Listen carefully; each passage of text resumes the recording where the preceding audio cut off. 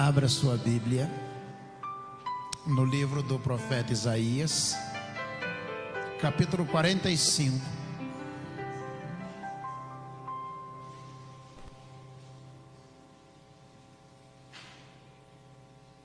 E depois em Mateus capítulo 28, 20. Isaías 45, 2 e 3. E depois Mateus 28, 20. 45, 2 e 3. Eu irei adiante de você e aplanarei montes e derrubarei portas de bronze e romperei trancas de ferro. 3. Darei a você os tesouros das trevas, riquezas armazenadas em locais secretos, para que você saiba que eu sou o Senhor, o Deus de Israel, que te chama, que o convoca pelo nome. Só o 3. Quero que a igreja leia esse texto. É uma profecia a Ciro, um rei conquistador, que Deus está dizendo a ele. Depois você vai ver que ele conhece o Senhor, mas leia você mesmo. Isaías 45, 2, 3. Vou projetar outra vez e vou pedir que a igreja leia. Isaías 45, versículo 2. Por favor.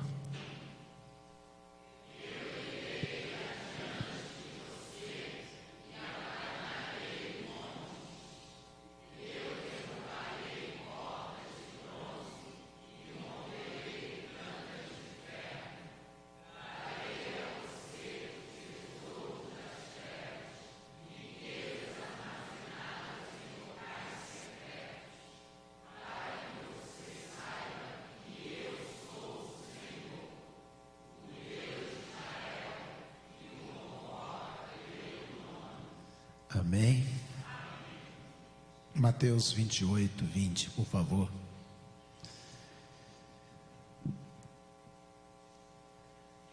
Ensinando-os a obedecer a tudo o que eu ordenei a vocês, e eu estarei sempre com vocês até o fim dos tempos. Vamos orar?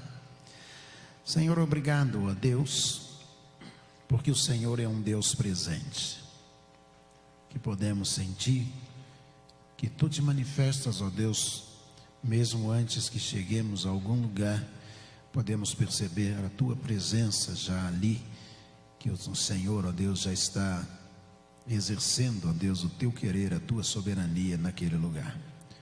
Obrigado, ó Deus, porque mesmo antes de chegarmos ao futuro, caminhando na direção dele, podemos sentir que Tu lá já estás, preparando todas as coisas. Aceita, ó Deus, a nossa gratidão e fala, ó Deus, ao nosso coração nesta manhã. É o que nós te pedimos em nome de Jesus, o nosso Senhor. Amém. Amém.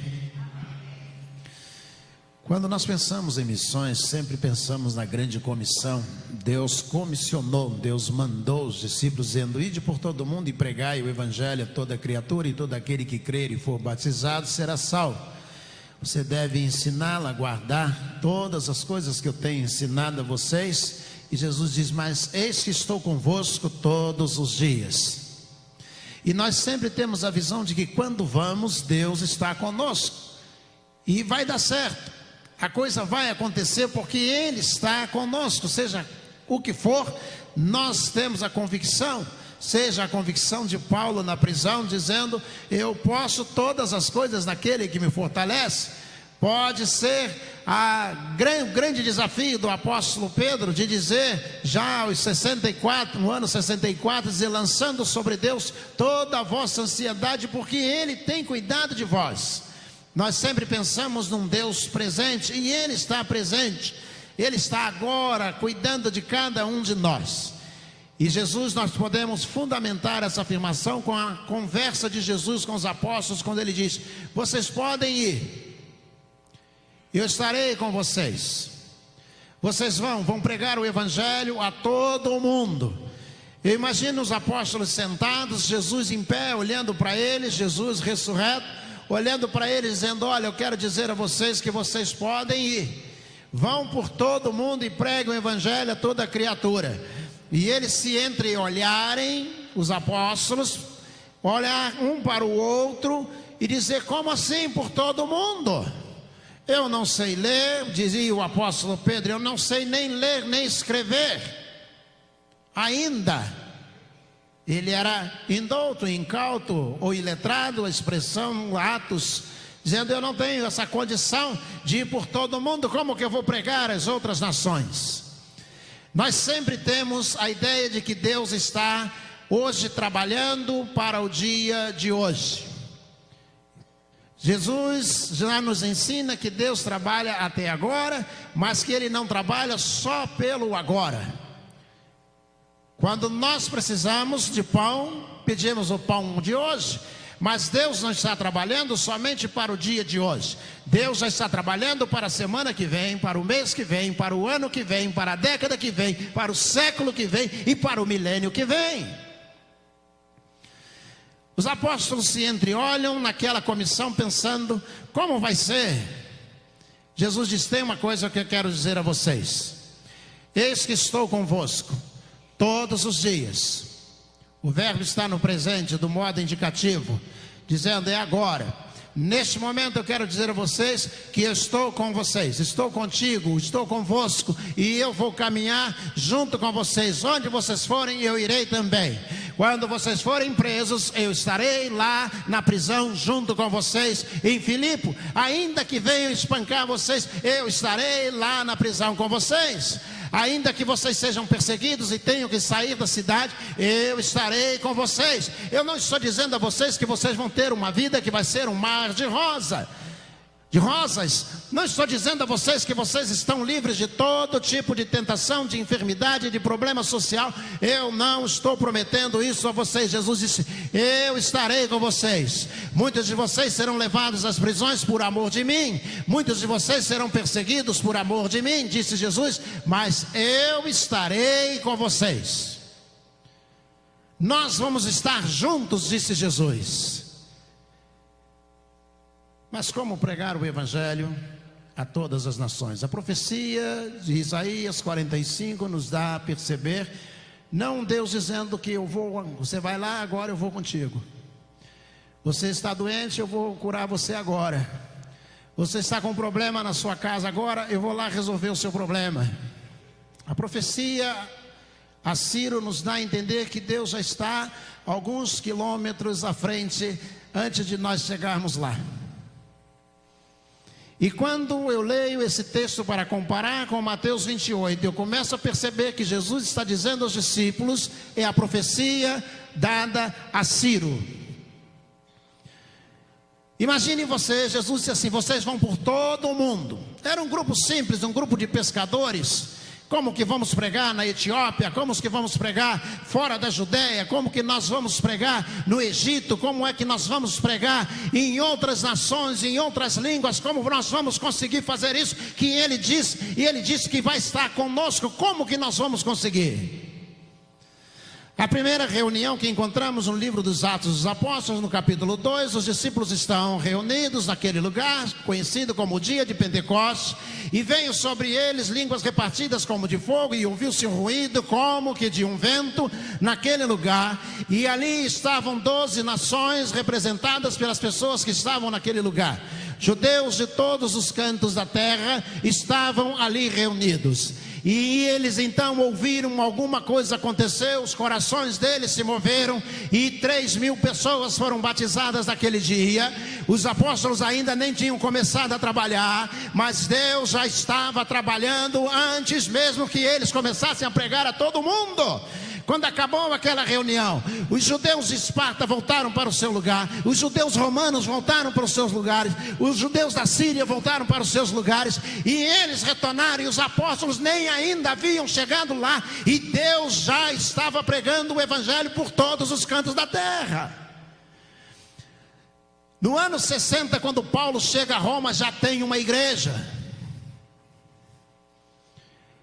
Mas como que chegou uma igreja lá antes de um evangelista?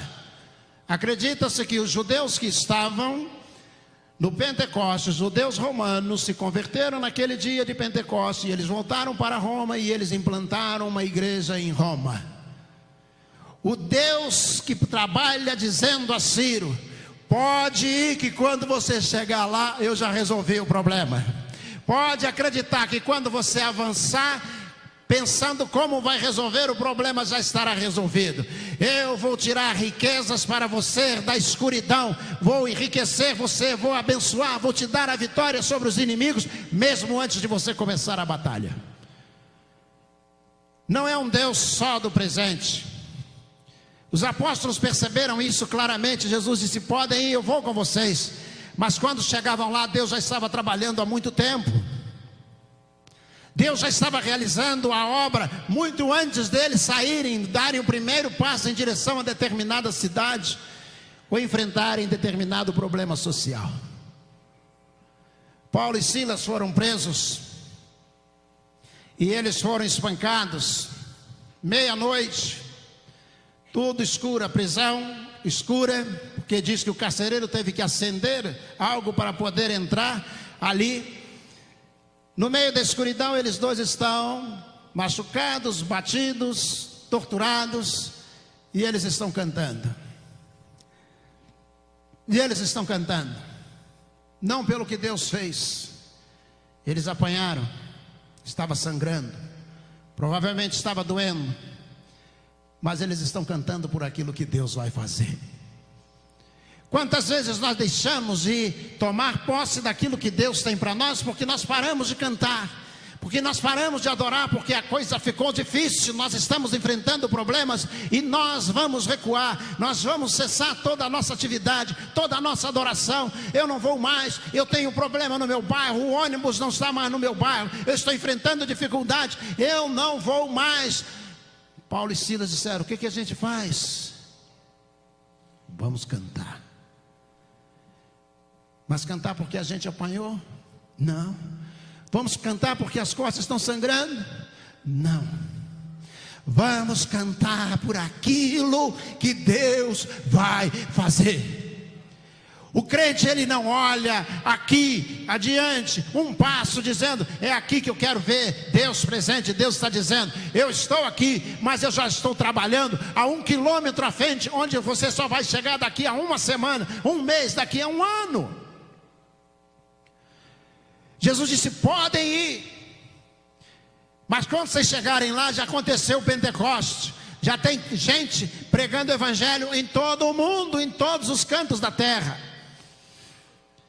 Simão está em casa, Job está na parte de cima da casa de um pescador, e ele está orando, e chega um mensageiro, diz assim: o apóstolo Pedro, Simão, está aí? Disse: está, ele está lá em cima orando, eu vim buscá-lo. Cornélio mandou buscá-lo, o centurião Cornélio, capitão da guarda romana, mandou buscá-lo. E Pedro: tem um capitão da guarda romana aí que ele mandou te buscar, tem um mensageiro do capitão, mandou te buscar. E Pedro disse: toda hora, vamos lá. Desceu, o que é? Mandou te levar. E ele disse: vamos. E quando ele chega lá, o centurião já está tocado pelo Espírito de Deus. Ele foi chamado, não é para que Deus ainda vai fazer alguma coisa. Ele foi chamado para completar aquilo que Deus já está fazendo. E quando a gente é chamado e a gente não tem noção do que vai acontecer, é um problema sério. Deixa eu contar a você uma experiência. Eu era pastor da primeira igreja batista de Cabo Frio, 26 para 27 anos de idade. A Kombi da igreja arrebentou o cabo de freio, e eu coloquei na garagem da casa pastoral, que é em frente à igreja, e eu deitei lá embaixo, sem camisa, de short, consertando o cabo da Kombi. E aí parou uma viatura, parou um carro oficial, preto na época, um diplomata, Opala. Saiu um homem de terno, ele abaixou, olhou embaixo da Kombi, e ele disse: o pastor da igreja mora aqui? Eu falei: mora. E foi o juiz Maruf Aribe mandou buscá-lo. Aí eu pensei, o que eu fiz? Aí, eu de short, sujo de graça, falei, espera um minutinho só que eu vou lá chamá-lo. Já pensei em pular o muro do fundo e sumir, né? Aí eu falei, só um minuto, fui lá, tomei banho, troquei de roupa, botei uma roupa social. Aí eu voltei e disse, o que é que você quer comigo? Aí disse, 26 anos, se você é o pastor, eu disse, sou. Pô, desculpa, eu vi você deitado. Eu falei, sem problema nenhum, o que é que ele quer? Ele pediu para ir lá, o filho dele está doente, Saulo, o nome do garoto. O Saulinho está doente e ele já levou o médico, não resolve o problema dele e ele está aflito e ele pediu que levasse o senhor até lá. Pensei, melhorou. E aí eu fui, na mesma rua Sergipe, no final tem uma cobertura de um prédio novo da Líder, naquela época o prédio novo. E eu fui para lá, o camarada entrou, parou na garagem, pegamos o elevador e saímos na cobertura. E aí estava Dona Regina, que era advogada do INSS, e o juiz Maruf Aribe. E aí eu saí, eles ficaram me olhando assim, com o olho arregalado assim, graças a Deus que o senhor veio. E eu disse, o que é que o senhor quer comigo? Ele disse, o meu filho, ele está doente, é a terceira vez que eu levo ao médico e ele volta para casa, ele dorme o dia inteiro. E ele não come, e eu vou ter que levar, o médico disse para levá-lo de novo, porque ele provavelmente vai ficar internado. E eu passo ali em frente à igreja, quando eu venho do fórum, que era na mesma rua que ele morava, eu passo em frente à igreja, vejo vocês cantando ali na quarta-feira, e às vezes eu passo domingo, vocês estão ali orando, e eu senti vontade de mandar chamar o senhor. E o senhor pode fazer uma oração por ele? Falei, posso. E aí tinha uma empregada com roupa de empregada, com coisa na cabeça assim, aquela empregada de gente chique, né? E aí, porque lá em casa é diferente, a empregada parece até com a camisa do Vasco, né? Principalmente quando o Vasco ganha. Aí eu falei, para fazer uma oração, disse, para que você quer a oração? Para ele pelo menos comer, porque ele não come nada. Aí eu olhei para a empregada e disse assim, o que é que ele gosta de comer? Ela disse, biscoito, maisena e suco de laranja. E eu disse, está pronto? Ela falou, como assim? Falei, se a gente vai orar para ele comer, a comida tem que estar aqui. Aí a esposa do juiz, a doutora Regina, disse assim, isso mesmo, a gente não pensa nisso. Aí ela entrou lá, espremeu lá as laranjas, trouxe o suco, e eu pensei, Deus, estou ferrado. Eu vou orar aqui, Deus, esse garoto aí, Deus, o senhor tem que dar um jeito. E sabe quando a gente faz uma oração colocando a culpa em Deus? E aí chegamos perto do berço, o menino deitado, pálido. E aí eu comecei a minha oração. Ó Deus, eu não pedi para vir aqui. Eu não conheço essa família. Eles me chamaram para estar aqui. E eles estão confiando que esse menino vai ficar bom. Então, Senhor, no nome de Jesus, eu peço que esse menino fique bom. Amém. Aí abrimos os olhos. Quando abrimos os olhos, o menino estava em pé no berço, segurando na grade. Aí a empregada olhou e falou, desconjuro. Você quer, Paulinho? Saulinho? Falou, quero. E deu. O menino comeu, os pais ficaram numa alegria. E eu, irmão, nem se conta. Que alívio. Eles estavam acreditando de que a minha oração, de que Deus, por meio da oração, Deus iria curar aquele menino. Quando Deus manda chamar, é porque a coisa já está pronta. Você é parte de algo que Deus já está realizando. Ele disse, vão vocês por todo mundo, mas como que a gente vai? Deus disse, isso é problema meu. Eu vou dar um jeito no Pentecoste. Vão sair pessoas para todos os cantos do mundo antes de vocês começarem. Segundo ponto que a gente tem que destacar. Os discípulos, quando eles percebem que o evangelho já tinha ido para todos os cantos, eles pensaram o quê? Vamos ficar em Jerusalém. Quando a gente vê que Deus já abençoou, a gente se acomoda. Eu já tenho casa, eu já tenho emprego, eu já tenho namorada, eu já tenho noivo, eu já casei, eu já tenho filho. A gente se acomoda. Vou parar agora eu não tenho mais tempo, porque eu estou fazendo outra coisa que Deus me deu. Eu não vou mais me dedicar àquilo que Deus queria que eu fizesse. A gente vai estagnar. Vamos ficar em Jerusalém. Não brinquem com Deus. Deus disse: eu vou dar um jeito. Eu vou dar um jeito. E veio a perseguição.